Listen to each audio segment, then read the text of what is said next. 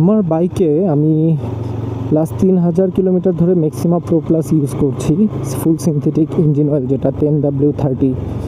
তো এইটার যদি আমি একটা শর্ট রিভিউ দিই তাহলে বলতে গেলে জাস্ট অসাধারণ। প্রথমটা আমি 2500 কিলোমিটার চালিয়ে ড্রেন দিয়েছি, দ্বিতীয়টা আমি অলমোস্ট 500 চালিয়ে ফেলেছি।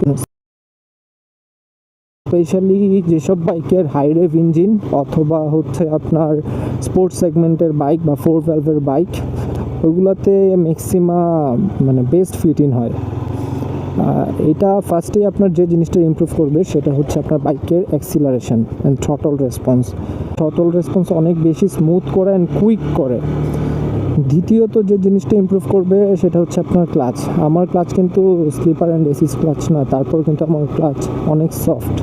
তৃতীয়ত হচ্ছে আপনার বাইকের ওভারঅল স্মুথনেস, ইঞ্জিন সাউন্ড সব কিছুই হচ্ছে ব্যালেন্স করে দিবে সে।